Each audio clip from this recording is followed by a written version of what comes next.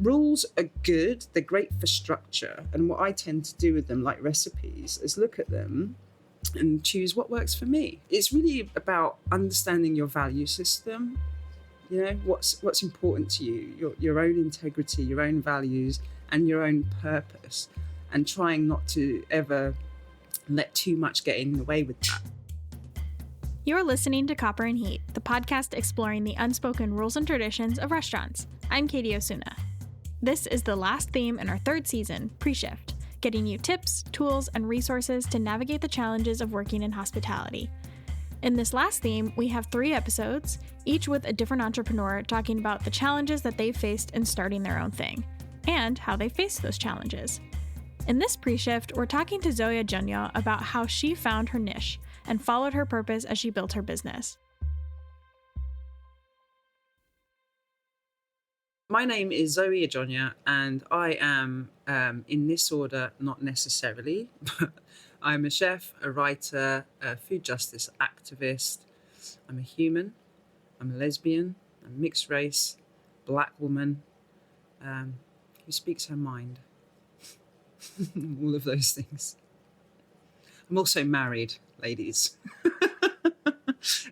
I'm the founder of Zoe's Ghana Kitchen, which is a brand, a food brand that has been celebrating and evangelizing, I might go so far as to say, on the topic of West African food, flavors, and ingredients as a means of access or sharing the culture of West Africa, with a larger vision of bringing African food to the masses and having this kind of African food revolution where people get to play and interact with food from across the continent. But my specific lens is Ghana, because I'm half Ghanaian. My dad's Ghanaian, my mum's Irish. Anyway, Ghana Kitchen, Zoe's Ghana Kitchen. But I came to food, in my 30s, and quite by accident, with zero intention. But in 2010, so circuit break everything before, because, my career has been Wild West, to say the least. I have done many, many different things in my life, from PR, marketing, experiential production, TV executive, TV video company, managed a band. I mean, I've done all sorts. I think the key theme up until I got into food was that I didn't like working for other people. So I already had quite a few moderate, very small micro businesses that, didn't set me on fire, but, they made me money or whatever. So in 2010, I had spent 3 or 4 glorious months traveling around the States and using up every single penny of my savings. And when I got back to London, I live in East London, I live in Hackney Wick, and this new apartment, which is where I live now, was, this white box, just a big white empty space, no bedrooms, no kitchen, no nada, nothing. So it's, those live work kind of cool spaces that you turn into a home, right? Yeah. And it was the summer of 2010, and in that year, it was Hackney Wicked Arts Festival. So we used to have a very, very strong artist-led community here, and everybody was an artist, photographer, writer, whatever. And for that weekend, everybody would open up their studios, their live workspaces, and my live workspace was being used as an art gallery, a video gallery.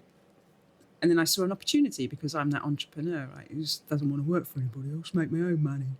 So my friends made a sign saying Zoe's famous peanut butter soup, obviously not famous to anybody apart from me and them, because I used to cook it for them all the time. It was my favourite comfort dish from childhood. And essentially, groundnut soup, which is the mother dish, right, is this, it's pretty ubiquitous across West Africa, but it's this really beautiful, piquant, spicy, savoury, sweet, hot, juicy mess of peanut flavour. It's just incredible. And the smell is incredible. I knew these things. And the smell drew people in. And before I knew it, I had this kind of party outside my front door, and it was very, very busy, kept selling out. The first year, she just did it outside of her apartment. The second year, she turned her living room into a restaurant, and people went wild for it. People were coming in, and it was rammed. I think we did, thousands of covers over that weekend. And people were coming in and wanting to book for the Wednesday, book for the Saturday, book for the Sunday, book for a month from now. And I was like, no, guys, this is my living room. Anyway, So I just collected email addresses because I was having fun, I collected email addresses and I said, if I do this again, I'll let you know. And what happened, and still I was fighting it. I was like, it's just a bit of fun on the side. And I was about to start my MA in creative writing at Goldsmiths, and that was really all I cared about. I wanted to spend all of my time reading and writing and doing very little else. And so this little project, Ghana Kitchen is what we called it in 2011, became like a side hustle. It became a way for me to fund myself through the MA. So it wasn't really about, I was just opportunistic. There's people, they must get hungry at some point during the day. Maybe they'll eat my food. So that's how it started. It was just on taking an opportunity. And then it was like looking at the opportunity and examining what was the problem. And it wasn't until 2012, and I was well into the MA, and I was getting, basically it grew very organically, very quickly through blogs, then press. And then before I knew it, I was in the Evening Standard whilst I was doing my MA, and being lauded for funding myself through my MA with this Ghana Kitchen.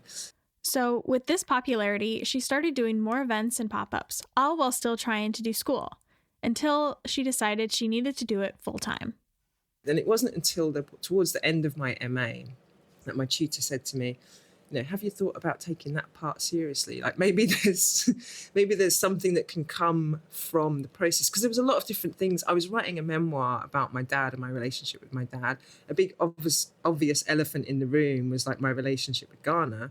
And then there was this other sort of synchro destiny moment of me actually then starting to cook the food from Ghana. And none of it felt like on purpose, but everything just started slotting together. The universe was like, and then it pushed me out.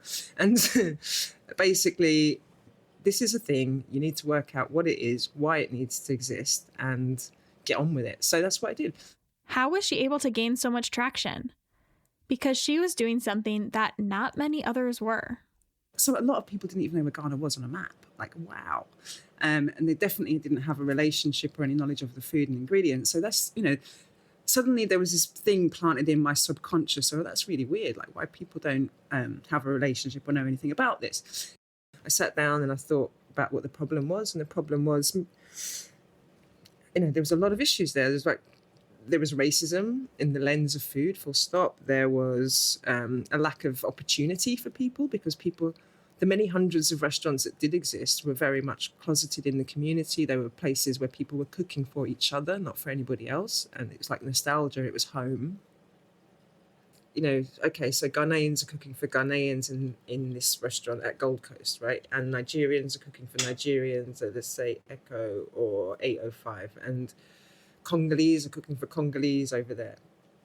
There's nothing wrong with any of that, right? But for that to be happening for 50, 60, 70 years in this country and for it not to have transferred over, that was the issue. So what's going on there? Because, I cannot have been the first person. Maybe I am. Maybe I'm that special.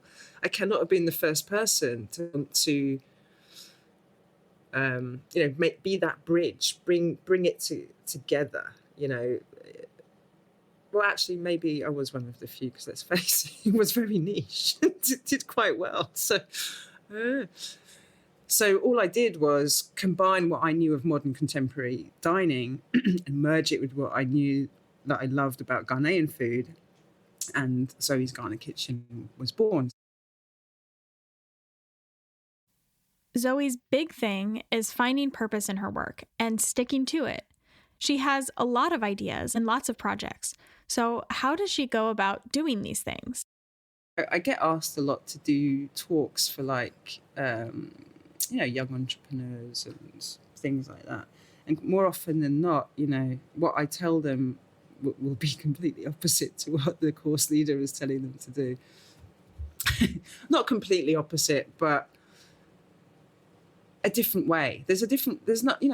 Nothing has to be rigid, And what I want to encourage young entrepreneurs or freelancers or whatever is rules are good. They're great for structure. And what I tend to do with them, like recipes, is look at them and choose what works for me. It's there's this, what it's really about understanding your value system You know, what's important to you, your own integrity, your own values, and your own purpose, and trying not to ever let too much get in the way with that. And that includes like who you surround yourself with, who you do business with, right? So what I've done is I've built this routine, I guess, where I carve out a section of the day for myself. So from 5 a.m. to 8 a.m. is the time in which I will meditate. I'll do my morning pages. I do, I set affirmations, I do my gratitudes, and probably I'll meditate from anywhere between 20 to 40 to 60 minutes, depending. But really, that's time that's sectioned off for me, away from the world. Nobody's going to talk to me, nobody's going to disturb me. And that's for me to just get centered with myself, check in with myself. How are you doing? Are you okay? Do you feel good? Is that like aligning with what you want? And this is the practice that's really hard to do every day, but is essential to do every day, is to have that time with yourself just to make sure you're on course. Because, especially in the restaurant and hospitality game, my experience was that I went, as soon as I got any kind of, I don't know, what would you call it? Maybe status, I don't know if that's the right word, but some recognition as someone, right, who cooks. It then shifted my mind, right, into this other place of, oh, right, so now in this food world, right, oh, the food industry, oh, God, what are they doing? Do I need to be doing that? Oh, God, I think I'm supposed to open a restaurant, I don't know. And suddenly I got on this somebody else's tailcoat, somebody else's idea of my dream life. I had an agent who was trying to make me open a chain of Pan-African restaurants up and down the country when I hadn't even published my book yet. It's like, can we just make this business a success first? Or do you know what I mean? So you can get caught up in other people's versions of your truth. So it's really important to know what that truth is and to have a regular check-in with yourself and be like, here are the opportunities for the day. Here are the opportunities for the week. Do these things take me the way I want to be going? Does that take me to my final destination? Or might it? Because you don't always know, definitely. But the thing is that, but do I feel good about going on that part of the journey? Does it like light up some other part of me? Is it interesting, some other thing? Is it supporting me on my overall growth? Cool, let's do that then, that's fine. If it's not, ditch that, cancel that. I've done a lot of that this year. I've been like, no, I'm not going to do that actually. At one point, she asked what my goals and plans are for Copper and Heat. And this is what happened. This is something that I am talking to my partner in the podcast a lot about, because we're trying to grow it beyond just one show. We want to do some like other production services and work with other people to make shows around food. And can I give you, just hearing you speak just now, I'm going to give you one piece of advice. Don't say trying. So you are. So always speak in the present moment about what you're doing next, because you need to be as if. You need to be in a mindset of, yeah, this shit's happening. I'm going to make it happen. And you don't even worry about the detail, okay? So what your sentence should have said was, Zoe, you know what I'm going to do next year? We are in the process of rolling out an amazing podcast series. We've got some amazing sponsors lined up. And we don't have all the hosts yet. We haven't worked out the format, but it's just going to be amazing. And I'm so excited about it. Will you come on when we launch? And I'll be like, yeah, I'm there. I can't wait. But the difference is you saying, oh, I'm trying to do this. And it's like, oh, God, doesn't sound like you're going to get very far. Do you know what I mean? I hate to be mean, but you have to have the confidence and the belief in yourself that it is going to happen. And as long as you have that, the universe sends it to you without you even realizing, like much faster. It's a mindset thing. People are scared to fail because we're taught from, even at school, right? In fact, that's where we're taught it first, is that failure is bad. And the word failure is used in this kind of oppressive way, right? And we count failures more than we count successes, always, as a society. We've been taught to do that.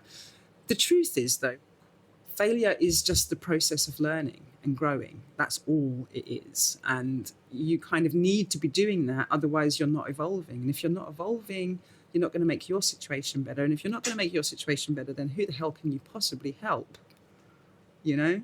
So failure has just become, for me, part of the course, you know, and it's kind of built into my thinking now. I'm almost failing on purpose, because through the failing, some little cool idea always comes up, or some other connection, or some, like, you just don't know where the gifts are going to come from, you know. Take it from Zoe. Failure is not a bad thing. It's how we learn and grow. So have confidence and be bold. Spend the time with yourself to really consider if there are projects or opportunities coming your way vibe with your purpose, and find creative ways to make that happen. We'll talk more about that in our next and final episode with the folks from Cocina del Corazon in Oakland.